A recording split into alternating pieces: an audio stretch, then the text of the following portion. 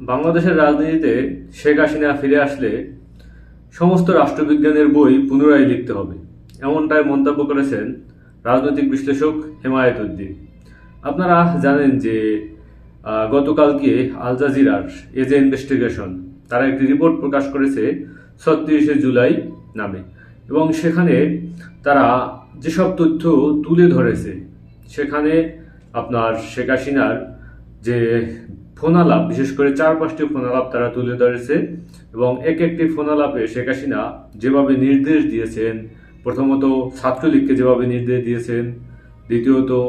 Police বাহিনীকে যেভাবে নির্দেশ দিয়েছেন, তৃতীয়ত হেলিকপ্টার থেকে তিনি যেভাবে গুলি করার নির্দেশ দিয়েছেন,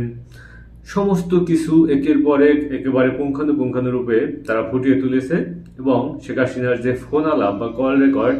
সেটাও ফুটে উঠেছে, এবং আল জাজিরা নিশ্চিত করেছে যেটা শেখ হাসিনার নিজস্ব ফোন আলাপ, এখানে কোনো কাটছাট করা হয় না এবং কোনো এআই মেক না। তো বুঝতেই পেরেছেন, এর আগে শেখ হাসিনার বিরুদ্ধে Al Jazeera the prime minister man নামে একটি রিপোর্ট করেছিল। তারপর আমরা দেখলাম যে এই ৫ই আগস্ট জুলাইয়ের পর যে বিবিসি একটা নিউজ করেছে, রিপোর্ট করেছে, এবং তার ধারাবাহিকতা আজকে দেখলাম আমরা আল জাজিরা একটি রিপোর্ট করেছে। তো এই যে বড় বড় প্রতিষ্ঠানগুলো, আল জাজিরা, বিবিসি, এসব প্রতিষ্ঠানের যে রিপোর্টগুলো, যেসব তথ্য উপত্য ফুটে উঠেছে, এবং বিশেষ করে জাতিসংঘের যে তদন্ত প্রতিবেদন, এগুলোকে আপনার ডিনাই করার কোনো সুযোগ নেই। আপনার বাংলাদেশের তদন্ত ব্যবস্থা বা বাংলাদেশের যে সেই রাজনৈতিকভাবে বিচার ব্যবস্থার প্রতি যে প্রভাব, সেগুলোকে আপনি করতে পারেন, কিন্তু এই ধরনের তথ্য উপাত্তকে আপনার ডিনাই করার কোনো সুযোগ নেই। তো সেই জায়গা থেকে এই যে তথ্য উপাত্তের উপর ভিত্তি করেই কিন্তু শেখ হাসিনার বিচার যদি করা হয়, সেখানে শেখ হাসিনা আটকে যাবেন এবং ভীষণভাবে আটকে যাবেন, সেখান থেকে বেরিয়ে আসার কোনো সুযোগ নাই। তো পরবর্তীতে অনেকে আপনারা জানেন যে এই ৫ই আগস্টের পরের সময়কার এই যে সিদ্ধান্তগুলো আওয়ামী লীগের ব্যাপারে, সেই সিদ্ধান্তগুলোর ক্ষেত্রে বিএনপির যে স্ট্যান্ড, যে দল হিসাবে কোনো রাজনৈতিক দলকে তারা নিষিদ্ধ চায় না, কোনো সংগঠনকে তারা নিষিদ্ধ চায় না, সেনাপ্রধানের মানে রাষ্ট্রপতির পদত্যাগ তারা চায় না, মানে অনেক গুরুত্বপূর্ণ সিদ্ধান্ত ৫ই আগস্টের পর যেটা আওয়ামী লীগের পক্ষে গেছে। তো তারই ধারাবাহিকতায় অনেকে বলে থাকেন, বা বিশেষ করে আওয়ামী লীগের ভিতরে একটা উচ্ছ্বাস যে বিএনপি ক্ষমতায় আসলেই তারা রাজনীতিতে ফিরে আসবেন এবং শেখ হাসিনা বাংলাদেশে চলে এসে তারপর তিনি তার রাজনৈতিক কেরিয়ার শুরু করবেন পুনরায়। তো আসলে কি বাস্তবতা এত সহজ? আপনারা জানেন যে বিএনপি একজন নেতা তিনি মন্তব্য করেছেন যে বিএনপি শুধুমাত্র আগামী ৫ বছরের জন্য ক্ষমতায় আসবে তাই না, বিএনপি আগামী ৫ বছর, ১০ বছর, ১৫ বছর তারা লং টার্মের জন্য ক্ষমতায় থাকতে চায় এবং দীর্ঘদিন যাবৎ রাষ্ট্রকে সার্ভ করতে চায়। তো সেই জায়গা থেকে তারা আওয়ামী লীগকে ফিরিয়ে এনে তারপর তাদের নিজস্ব যে রাজনৈতিক কেরিয়ার, আপনারা জানেন যে বর্তমানে বিএনপির বিরুদ্ধে দাঁড়ানোর মতো এনসিপি, জামাত, তারা হয়তো অনেকগুলো সিট পেতে পারে, কিন্তু বিএনপির বিরুদ্ধে দাঁড়িয়ে তারপর তারা সরকার গঠন করার মতো পজিশনে এই মুহূর্তে অন্তত নেই। তো সেই জায়গা থেকে বিএনপি ক্ষমতায় আসার পর যদি বিএনপি যে প্রতি যে অত্যাচার, নির্যাতন, নিপীড়ন, বিশেষ করে তৃণমূল পর্যায়ে যে আওয়ামী লীগ লাখ লাখ মামলা দিয়ে তারপর সেই তৃণমূল পর্যায়ের নেতাকর্মীদেরকে যেভাবে হয়রানি করেছেন, তাদেরকে তাদের টাকা পয়সা, তাদের ঘর বাড়ি, এমনকি আমি এমনও নিউজ দেখেছি যে তাদের বাসা বাড়িতে গিয়ে আওয়ামী লীগের লোকজন তাণ্ডব চালিয়ে তাদের বাসার আসবাবপত্র, মুরগি, ছাগল, গরু, কবুতর পর্যন্ত ধরে নিয়ে এসেছে এবং তারা সেটাকে লুটপাট করেছে।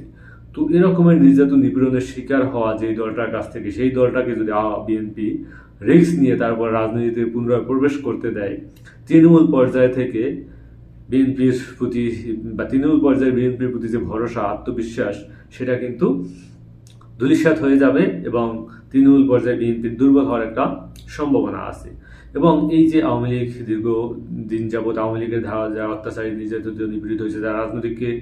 গুম খুনের শিকার হয়েছে, যারা রাজনীতির বাইরের, তাদের কাছ থেকেও কিন্তু যে সমর্থন পাওয়ার সম্ভাবনা রয়েছে বিএনপি, সেটাও কিন্তু সরে যাবে যদি আওয়ামী লীগের প্রতি তার সিম্পিতি দেখিয়ে তারপর শেখ হাসিনাকে রাজনীতিতে প্রবেশ করানোর চেষ্টা করে। যদিও ইতিমধ্যে আপনারা জানেন যে বিএনপির প্রতি যে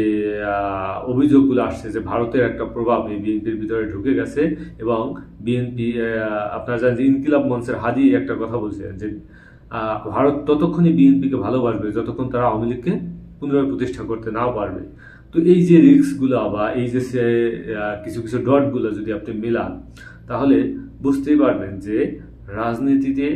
আপনার বিএনপি নয়, শুধু অন্যান্য যে রাজনৈতিক দলগুলো যারাই আওয়ামী লীগের পক্ষ নিয়ে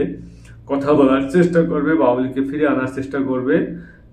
আওয়ামী লীগকে ফিরে আনা মানে এইটা নয় যে আপনি আওয়ামী লীগের ভোট পেয়ে যাচ্ছেন। আওয়ামী লীগ তো পুনরায় তাদের ভোট নিয়ে তারা রাজনীতি করবে। এখন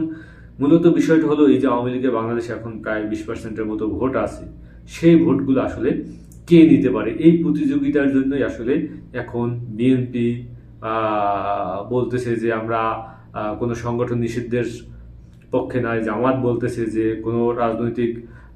দলকে আমরা মানে করতেছে, আমরা মানে জামাতের উপর যত নির্যাতন নিপীড়ন হয়েছে আওয়ামী লীগের কারণে, সেজন্য আমরা তাদেরকে ক্ষমা করে দিয়েছি। কিন্তু আওয়ামী লীগ যে রাজনীতিতে ফিরতে দেবে না বা আওয়ামী লীগকে রাজনীতিতে ফিরতে দেওয়া হবে না, এ ব্যাপারে এখন পর্যন্ত দেখা যাইতেছে যে সমস্ত রাজনৈতিক দলগুলোই আপনার একমত হয়ে আছে। তো রাজনীতিতে যদিও শেষ কথা বলতে কিছু নাই, হয়তো কোনো একটি সংকটময় পরিবেশ যদি সৃষ্টি হয় বিশেষ করে বিএনপির জন্য, তাহলে কিন্তু বিএনপি আওয়ামী লীগ যতক্ষণ বিএনপি প্লাস পজিশনে আছে ততক্ষণ অবশ্যই আওয়ামী লীগের সাথে আতাত তারা করবে না, আওয়ামী লীগকে ফিরে আসার কোনো প্রশ্ন আসে না। যখনই বিএনপি কোণঠাসা হয়ে যাবে, বিএনপি রাজনীতিতে ভালো করতে পারবে না, যখন বিএনপি যে ফেইলিয়রগুলো সেগুলো দেখতে শুরু করবে, তখনই কিন্তু সফলতা আনার জন্য আবার আওয়ামী লীগের সাথে হাত মিলাতে পারে। তো এভাবে হয়তো আওয়ামী লীগের রাজনীতি ফিরে আসতে পারে, কিন্তু ফিরে আসার যে সম্ভাবনা সেটা একেবারে উড়িয়ে দেওয়ার মতো না।